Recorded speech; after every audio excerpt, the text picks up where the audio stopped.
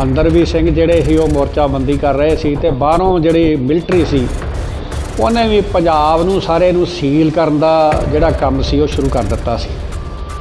ਔਰ ਉਸ ਟਾਈਮ ਦੇ ਉੱਤੇ ਹਾਲਾਤ ਐਸੇ ਬਣੇ ਸੀ ਕਿ ਕਿਸੇ ਵੇਲੇ ਵੀ ਜਿਹੜਾ ਉਹ ਹਮਲਾ ਹੋ ਸਕਦਾ ਹੈ। ਸਭ ਤੋਂ ਪਹਿਲਾਂ ਤਾਂ ਉਹਨਾਂ ਟਾਰਗੇਟ ਸੀ ਵੀ ਉਹ ਜਿਹੜੀ ਟੈਂਕੀ ਆ ਉਹਨੂੰ ਤੋੜ ਦਿਓ ਔਰ ਉਹਨੂੰ 5 ਤਰੀਕ ਦੇ ਦੁਪਹਿਰੇ ਕੋਈ 2 ਵਜੇ ਦਾ ਟਾਈਮ ਹੋਊਗਾ ਜਾਂ 2:30 ਵਜੇ ਦਾ ਜਿਹੜਾ ਸਿੱਧੇ ਬੰਬ ਜਿਹੜੇ ਸੀ ਉਹ ਆਣ ਕੇ ਉਸ ਟੈਂਕੀ ਦੇ ਵੱਜੇ ਸੀ।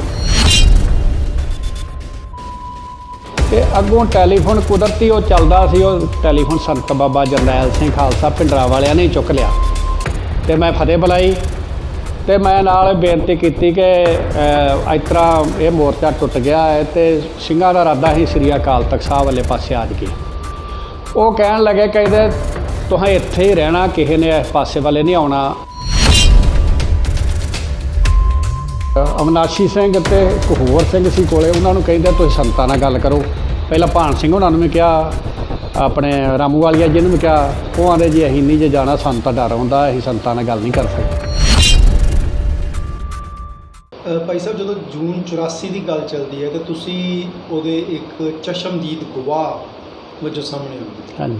ਜਦੋਂ ਭਾਈ ਅਮਰੀਕ ਸਿੰਘ ਦੀ ਸ਼ਹਾਦਤ ਦੀ ਗੱਲ ਚੱਲਦੀ ਹੈ, ਉਸ ਤੋਂ ਬਾਅਦ ਲੰਮਾ ਸਮਾਂ ਰਾਜਨੀਤੀ ਦੇ ਵਿੱਚ ਇੱਕ ਅਹਿਮ ਭੂਮਿਕਾ ਨਿਭਾਈ ਹੈ ਤੁਸੀਂ। ਕੀ ਹੋਇਆ ਸੀਗਾ 1 ਜੂਨ 1984?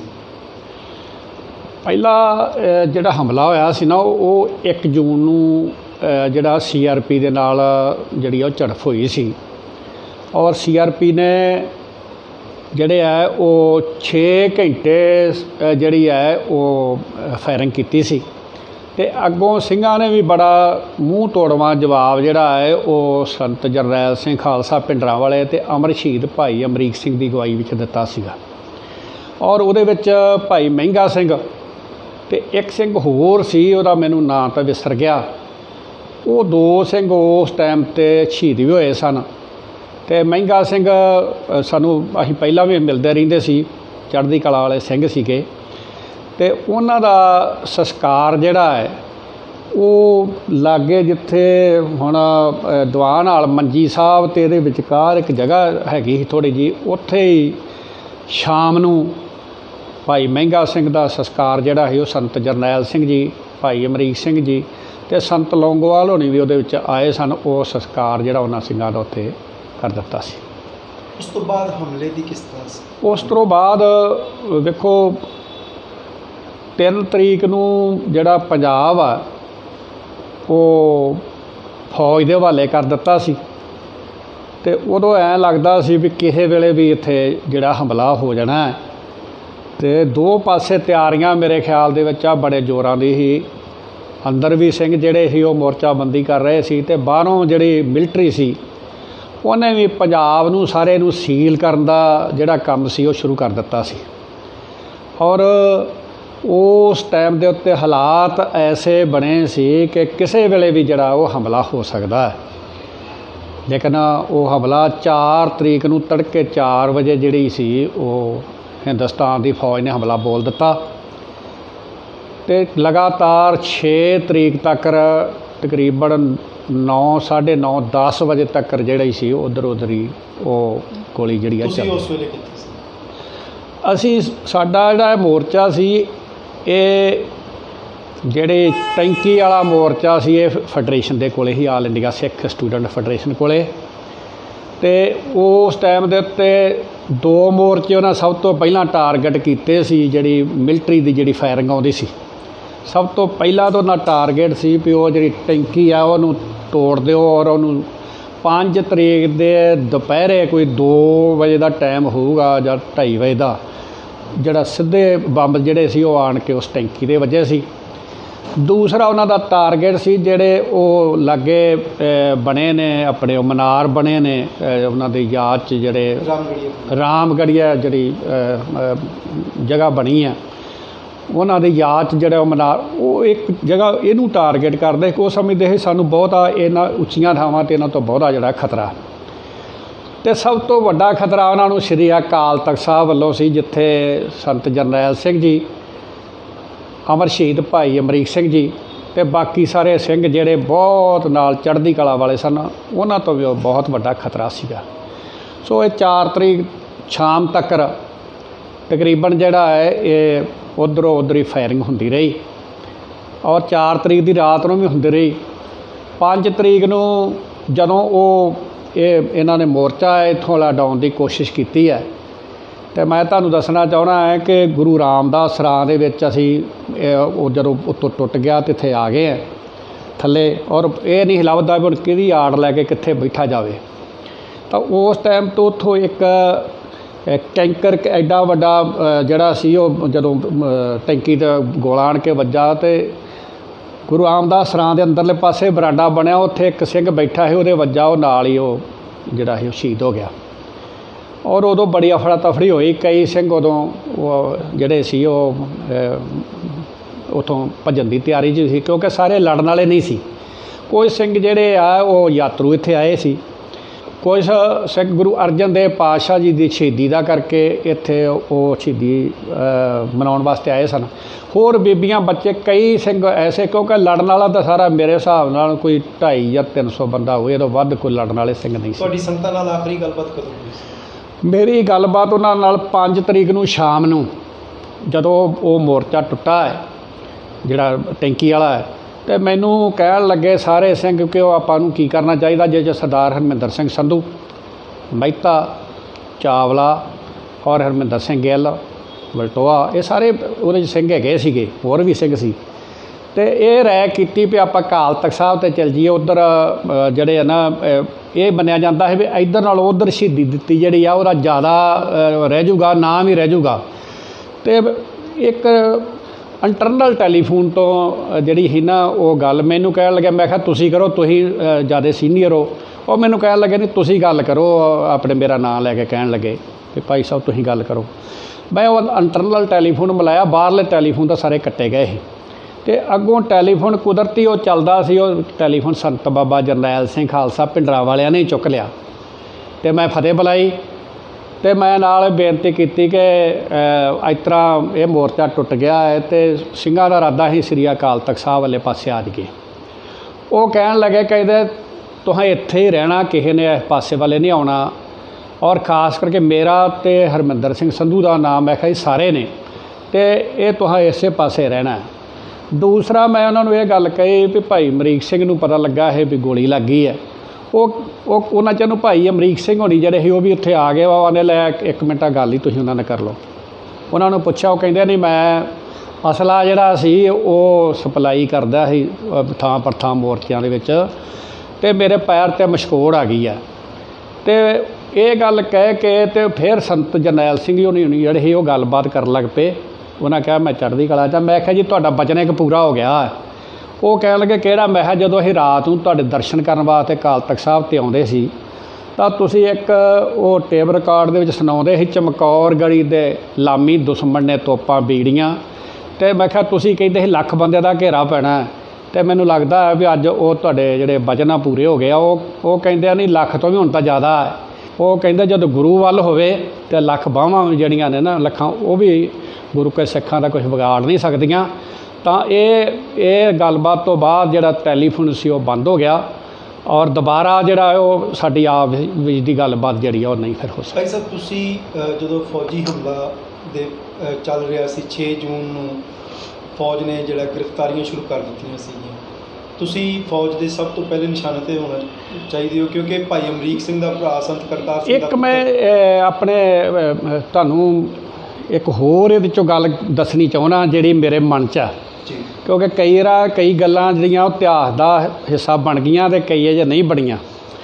ਜਦੋਂ ਸਾਡਾ ਇਹ ਮੋਰਚਾ, ਜਦੋਂ ਇਹ ਗੱਲਬਾਤ ਜਿਹੜੀ ਹੈ ਇਹ ਆਪਣੇ ਹੋ ਗਈ ਸੰਤਾਂ ਨਾਲ ਖਤਮ ਹੋ ਗਈ ਗੱਲਬਾਤ, ਅਤੇ ਉਸ ਟਾਈਮ 'ਤੇ ਇੱਕ ਰਾਏ ਕੀਤੀ ਗਈ ਹੈ ਫੈਡਰੇਸ਼ਨ ਦੇ ਨੌਜਵਾਨਾਂ ਵਿੱਚ ਕਿ ਆਪਾਂ ਨੂੰ ਅਕਾਲੀ ਦਲ ਦੇ ਲੀਡਰ ਸਾਹਿਬਾਨਾਂ ਨੂੰ ਕਹਿਣਾ ਚਾਹੀਦਾ ਹੈ ਕਿ ਆਪਾਂ ਇਹ ਜਿਹੜੀ ਬਾਹਰੋਂ ਮਿਲਟਰੀ ਦਾ ਅਟੈਕ ਇਹਨੂੰ ਰੁਕਾਈਏ, ਅਤੇ ਆਪਾਂ ਨੂੰ ਸੰਤ ਹਰਚੰਦ ਸਿੰਘ ਜੀ ਟੌੜਾ ਸਾਹਿਬ ਨਾਲ ਗੱਲ ਕਰਨੀ ਚਾਹੀਦੀ ਆ। ਮੈਂ ਕਿਹਾ ਜੀ ਇਹਨਾਂ ਨੂੰ ਕਿਹਾ ਵੀ ਤੁਸੀਂ ਜਾ ਕੇ ਕਰੋ, ਇਹ ਗੱਲ ਕਰਨੀ ਚਾਹੀਦੀ ਆ, ਕਿਉਂਕਿ ਇਸ ਵੇਲੇ ਹਾਲਾਤ ਬੜੇ ਮਾੜੇ ਆ ਅਤੇ ਪਤਾ ਨਹੀਂ ਇੱਥੇ ਹੁਣ ਕੱਲ੍ਹ ਤੱਕ ਜਾਂ ਰਾਤ ਤੱਕ ਕੀ ਇੱਥੇ ਵਾਪਰ ਜਾਣਾ। ਉਹ ਕਹਿਣ ਲੱਗੇ, ਕਹਿੰਦੇ ਆ ਵੀ ਅਸੀਂ ਤਾਂ ਜਾ ਨਹੀਂ ਸਕਦੇ, ਤੁਸੀਂ ਜਾ ਸਕਦੇ, ਤੁਸੀਂ ਸੰਤਾਂ ਦੇ ਬੇਟੇ ਜੇ, ਭਾਈ ਅਮਰੀਕ ਸਿੰਘ ਦੀ ਭਰਾ, ਤੁਸੀਂ ਜਾਓ। ਤਾਂ ਉਸ ਟਾਈਮ 'ਤੇ ਮੈਂ ਇਹਨਾਂ ਦੀ ਸਾਰਿਆਂ ਸਿੰਘਾਂ ਦੀ ਰਾਇ ਲੈ ਕੇ, ਮੇਰੇ ਵੀ ਦਿਲ 'ਚ ਇੱਕ ਤੜਫ ਸੀ ਵੀ ਜੇ ਇਸੇ ਤਰ੍ਹਾਂ ਚੱਲਦਾ ਰਿਹਾ ਤਾਂ ਇਹ ਸੰਤਾਂ ਵੀ ਸ਼ਹੀਦ ਹੋਏ ਨਾ, ਅਕਾਲ ਤਖਤ ਸਾਹਿਬ ਵੀ ਢਹਿ ਜਾਣਾ, ਭਾਈ ਸਾਹਿਬ ਵੀ ਸ਼ਹੀਦ ਹੋ ਜਾਣਗੇ, ਬੜਾ ਵੱਡਾ ਨੁਕਸਾਨ ਹੋ ਗਿਆ। ਸਾਰੇ ਰਾਇ ਬਹਿ ਕੇ ਕੀਤੀ ਸੀ ਕਿਉਂਕਿ ਹਾਲਾਤ ਐਸੇ ਬਣੇ ਸੀ। ਤਾਂ ਉਸ ਟਾਈਮ 'ਤੇ ਮੈਨੂੰ ਜੋ ਹੁਕਮ ਕੀਤਾ ਗਿਆ ਉਹਦੇ ਮੁਤਾਬਕ ਮੈਂ ਸੰਤ ਹਰਚੰਦ ਸਿੰਘ ਜੀ ਅਤੇ ਜਥੇਦਾਰ ਗੁਰਚਰਨ ਸਿੰਘ ਟੌਹੜਾ, ਉਹ ਜਿੱਥੇ ਉਹਨਾਂ ਦਾ ਪੁਰਾਣਾ ਲੰਗਰ ਅਤੇ ਉਹਦੇ ਨਾਲ ਉਹਨਾਂ ਦਾ ਕਮਰਾ ਹੁੰਦਾ ਸੀ, ਮੈਂ ਉਹਨਾਂ ਕੋਲ ਗਿਆ। ਪਰ ਮੈਨੂੰ ਇਹ ਨਹੀਂ ਸੀ ਪਤਾ ਕਿ ਉਦੋਂ ਅੱਧਾ ਘੰਟਾ ਜਿਹੜੀ ਆ, ਇੱਕ ਘੰਟਾ ਉਹ ਫਾਇਰਿੰਗ ਰੁਕੀ, ਇਸ ਗੱਲ ਦਾ ਮੈਨੂੰ ਨਹੀਂ ਸੀ ਪਤਾ। ਕੋਈ ਸਿੰਘ ਉੱਥੇ ਉਹ ਜਿਹੜੇ ਹੁੰਦੇ ਆ ਜਿਨ੍ਹਾਂ ਕੋਲ ਹਰੇ ਰੰਗ ਦੇ ਝੰਡੇ ਹੁੰਦੇ ਆ, ਉਹ ਵੀ ਉੱਥੇ 2-3 ਸਿੰਘ ਸੀ ਅਤੇ ਉਹ ਬਾਹਰ ਤੁਰੇ ਫਿਰਦੇ। ਅਤੇ ਮੈਂ ਉਹਨਾਂ ਦੇ ਕੋਲੋਂ ਦੀ ਲੰਘ ਕੇ, ਉਹ ਮੈਨੂੰ ਕਹਿੰਦੇ ਫਾਇਰ ਬੰਦ ਹੋ ਗਿਆ। ਮੈਂ ਕਿਹਾ ਮੈਂ ਤਾਂ ਇੱਧਰ ਮਿਲਣ ਵਾਸਤੇ ਜਾਣਾ ਸੀ। ਮੈਂ ਜਾ ਕੇ ਉਹਨਾਂ ਨੂੰ ਮਿਲਿਆ, ਔਰ ਮੈਂ ਜਦੋਂ ਮਿਲਿਆ ਉਹਨਾਂ ਨੇ ਮੈਨੂੰ ਕਿਹਾ, ਮੈਂ ਕਿਹਾ ਜੀ ਮੈਂ ਇੱਕ ਮੂੰਹ ਤਾਂ ਮੇਰਾ ਬੜਾ ਛੋਟਾ ਹੈ, ਲੇਕਿਨ ਮੈਂ ਇੱਕ ਪੰਥਕ ਗੱਲ ਕਰਨ ਵਾਸਤੇ ਆਇਆ ਕਿ ਜੇ ਮੇਰੀ ਉਹ ਗੱਲ ਨੂੰ ਪ੍ਰਵਾਨ ਚੜ੍ਹੇ ਤਾਂ ਸ਼ਾਇਦ ਨੁਕਸਾਨ ਆਪਣਾ ਨਾ ਹੋਵੇ। ਉਹ ਮੈਨੂੰ ਕਹਿਣ ਲੱਗੇ ਵੀ ਦੱਸੋ। ਮੈਂ ਕਿਹਾ ਜੀ ਤੁਸੀਂ ਇਸ ਵੇਲੇ ਕੌਮ ਦੇ ਸ਼੍ਰੋਮਣੀ ਕਮੇਟੀ ਦੇ ਵੀ ਪ੍ਰਧਾਨ ਹੋ ਅਤੇ ਸ਼੍ਰੋਮਣੀ ਅਕਾਲੀ ਦਲ ਦੇ ਪ੍ਰਧਾਨ ਹੋ, ਔਰ ਸਾਰੇ ਜਿਹੜੇ ਆਪਣੇ ਪੰਜਾਬ ਦੇ ਵਿੱਚ ਸਰਬਾ ਲੀਡਰ ਤੁਸੀਂ ਹੋ, ਅਤੇ ਤੁਹਾਡਾ ਇੱਕ ਫਰਜ਼ ਬਣਦਾ ਹੈ ਜਿਹੜਾ ਮੈਂ ਕਹਿਣ ਵਾਸਤੇ ਆਇਆ। ਮੇਰਾ ਮੂੰਹ ਛੋਟਾ ਜਿਹਾ, ਆਖੋ ਮੈਂ ਗੱਲ ਕਰ ਲੈਂਦਾ। ਉਹ ਕਹਿਣ ਲੱਗੇ ਨਹੀਂ ਕਹੋ ਕਈ ਨਾ, ਛੋਟੇ ਦੀ ਗੱਲ ਵੀ ਚੰਗੀ ਲੱਗਦੀ ਹੁੰਦੀ ਆ। ਮੈਂ ਕਿਹਾ ਜੀ ਬਾਹਰੋਂ ਫਾਇਰਿੰਗ ਰਕਾਉਣੀ ਚਾਹੀਦੀ ਆ ਮਿਲਟਰੀ ਦੀ ਜਾ ਕੇ ਤੁਹਾਨੂੰ। ਉਹ ਮੇਰੀ ਇਹ ਗੱਲ ਸੁਣ ਕੇ ਤਾਂ ਹੈਰਾਨ ਵੀ ਹੋਏ ਅਤੇ ਖੁਸ਼ ਵੀ ਹੋਏ। ਪਹਿਲਾਂ ਤਾਂ ਹੈਰਾਨ ਹੋਏ ਵੀ ਇਹਦੀ ਸੋਚ, ਕਿ ਕੋਈ ਨੌਜਵਾਨਾਂ ਦੀ ਸੋਚ ਇਹੋ ਜਿਹੀ ਹੋਵੇ, ਅਤੇ ਖੁਸ਼ ਵੀ ਹੋਏ ਅਤੇ ਹੈਰਾਨ ਵੀ ਬੜੇ ਹੋਏ। ਉਹ ਮੈਨੂੰ ਕਹਿਣ ਲੱਗੇ ਸੋਚ ਕੇ ਵੀ ਗੱਲ ਤਾਂ ਤੁਹਾਡੀ ਠੀਕ ਆ ਅਤੇ ਹੋਣੀ ਵੀ ਚਾਹੀਦੀ ਆ, ਅਤੇ ਪਰ ਕਰੀਏ ਕੀ। ਮੈਂ ਕਿਹਾ ਜੀ ਤੁਸੀਂ ਸਿਆਣੇ ਜੇ, ਫੈਸਲਾ ਤੁਹਾਂ ਕਰਨਾ। ਮੈਂ ਤਾਂ ਛੋਟਾ ਹੈ ਅਤੇ ਮੇਰਾ ਮੂੰਹ ਵੀ ਛੋਟਾ, ਪਰ ਮੇਰੇ ਦਿਲ 'ਚ ਇਹ ਗੱਲ ਆ ਜੋ ਮੈਨੂੰ ਘੱਲਿਆ ਗਿਆ ਹੈ ਵੀ ਇਹ ਦਰਬਾਰ ਸਾਹਿਬ 'ਤੇ ਅਜੇ ਬਹੁਤਾ ਨੁਕਸਾਨ ਨਹੀਂ ਹੋਇਆ, ਅਕਾਲ ਤਖਤ ਸਾਹਿਬ 'ਤੇ ਇਸ ਗੱਲ ਨੂੰ ਆਪਾਂ ਰਕਾਉਣਾ ਚਾਹੀਦਾ ਹੈ। ਅਤੇ ਉਹ ਮੈਨੂੰ ਕਹਿਣ ਲੱਗੇ ਚਲੋ ਠੀਕ ਆ, ਪਰ ਬਾਹਰੋਂ ਤਾਂ ਆਪਾਂ ਰਕਾ ਲਾਂਗੇ ਅਤੇ ਸੰਤ ਜਰਨੈਲ ਸਿੰਘ ਉਹਨਾਂ ਨੂੰ ਕੌਣ ਜਾ ਕੇ ਕਹੂਗਾ। ਮੈਂ ਚੁੱਪ ਕਰ ਗਿਆ।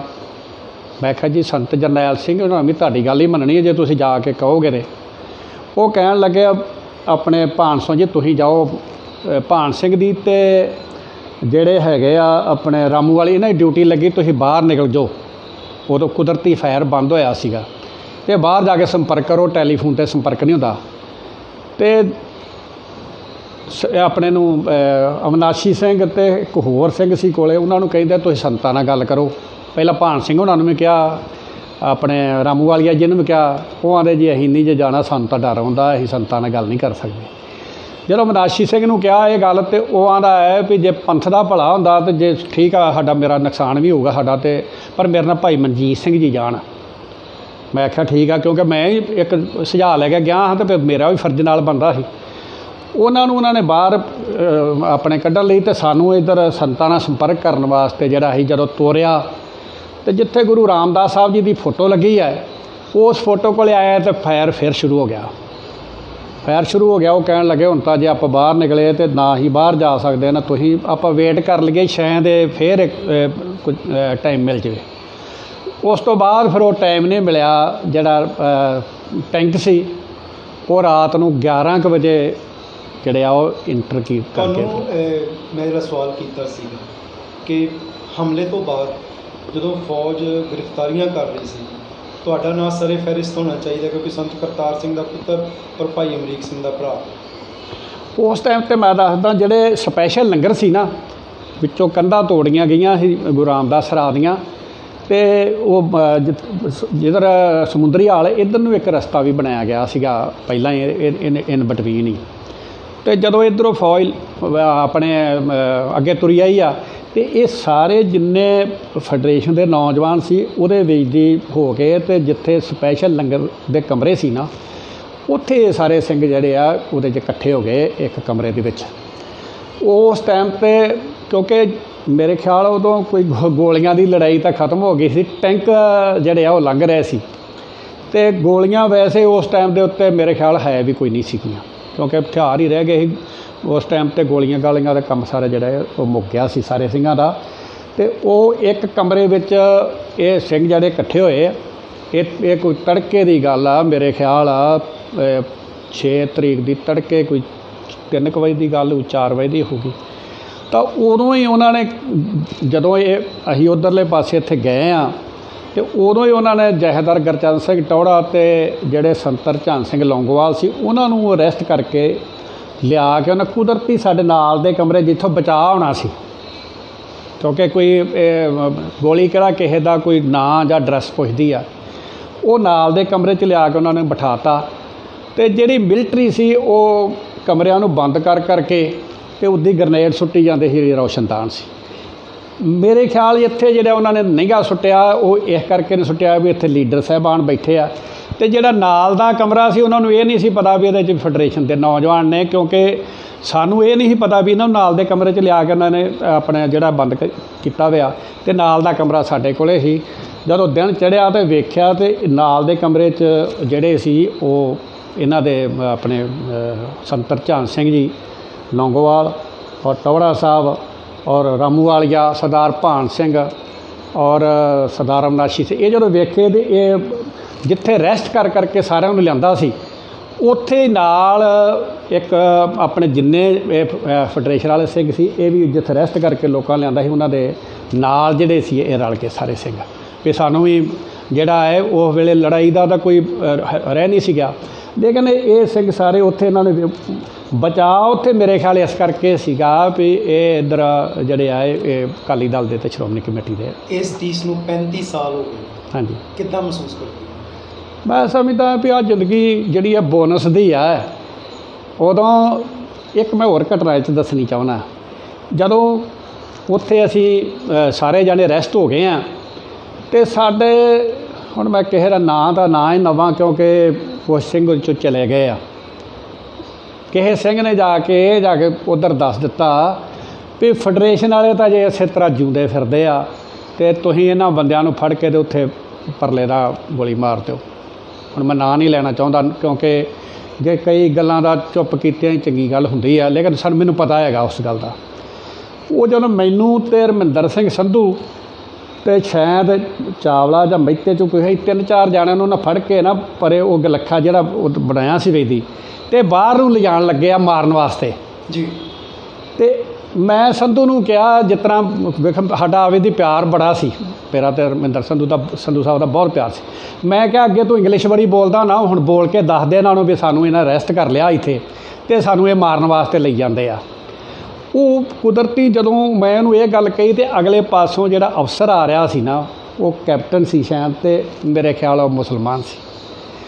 ਉਹਨੇ ਉਹਨੂੰ ਦੱਸਤਾ ਵੀ ਮੈਂ ਹਰਮਿੰਦਰ ਸਿੰਘ ਸੰਧੂ, ਇੰਗਲਿਸ਼ ਦੱਸਿਆ, ਅਤੇ ਆਹ ਮੇਰੇ ਸਾਥੀ ਨੇ ਨਾਲ, ਅਤੇ ਸਾਨੂੰ ਇੱਥੇ ਇਹਨਾਂ ਅਰੈਸਟ ਕਰ ਲਿਆ ਅਤੇ ਹੁਣ ਸਾਨੂੰ ਮਾਰਨ ਵਾਸਤੇ ਇੱਥੋਂ ਲੈ ਕੇ ਚੱਲਿਆ। ਔਰ ਜਿਹੜਾ ਨਾਲ ਹੌਲਦਾਰ ਜਿਹਨੇ ਆ ਸਟੇਨ ਗਨ ਮੋਰੀਆਂ ਵਾਲੀ ਪਾਈ ਸੀ, ਜਿਹਨੂੰ ਦੱਸਿਆ ਗਿਆ ਹੈ ਵੀ ਇਹਨਾਂ ਨੂੰ ਮਾਰ ਦਿਓ, ਉਹ ਹੌਲਦਾਰ ਨੂੰ ਜਦੋਂ ਉਹਨੂੰ ਇਹਨੂੰ ਕੈਪਟਨ ਨੂੰ ਪਤਾ ਲੱਗਾ, ਉਹਨੇ ਬਹੁਤ ਗੰਦੀ ਗਾਲ ਕੱਢੀ। ਉਹ ਮੈਂ ਇੱਥੇ ਦੱਸ ਨਹੀਂ ਸਕਦਾ ਸੰਗਤ ਦੇ ਸਾਹਮਣੇ, ਬਹੁਤ ਗੰਦੀ ਗਾਲ ਕੱਢੀ। ਆਉਂਦਾ ਉਹ ਜਿਨ੍ਹਾਂ ਨੂੰ ਤੁਸੀਂ ਕੈਪਚਰ ਕਰ ਲਿਆ ਉਹਨਾਂ ਨੂੰ ਤੁਸੀਂ ਮਾਰਨ ਵਾਸਤੇ ਜਾ ਰਹੇ ਜੇ, ਖਬਰਦਾਰ। ਨਾਲ 2 ਗਾਲਾਂ ਕੱਢਿਆ ਤਾਂ ਲੈ ਜਾ ਉਹਨਾਂ ਨੂੰ ਵਾਪਸ ਉੱਥੇ ਮੋੜ ਕੇ। ਉੱਥੇ ਲਿਆ ਕੇ ਸਾਨੂੰ ਫਿਰ ਦੁਬਾਰਾ ਜਿੱਥੇ ਰੈਸਟ ਬਾਕੀ ਬੰਦੇ ਸੀ ਉੱਥੇ ਬਿਠਾਤਾ।